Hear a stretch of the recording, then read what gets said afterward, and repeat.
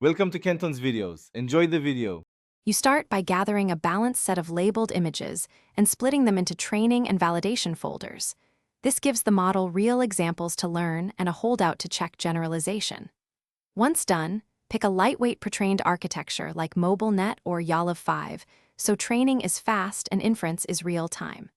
Make sure your environment has Python, the appropriate deep learning library, OpenCV, and a labeling tool installed. Then open your first label file and confirm format consistency.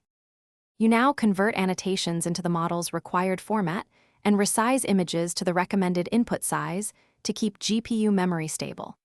Start transfer learning by freezing the backbone and training only detection heads for a few epochs to stabilize predictions. Next, unfreeze layers and fine-tune with a lower learning rate.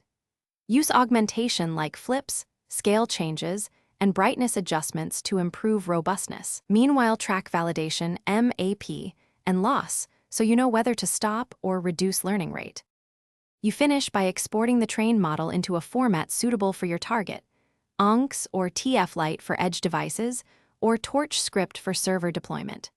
Once exported, run inference on representative test images and tune confidence thresholds and non-maximum suppression to balance false positives and misses. If results are poor, inspect your labels for errors, add more diverse training examples, or tweak augmentations and learning rate. This single troubleshooting step often resolves most accurate. Thanks for watching. Consider subscribing if we helped you.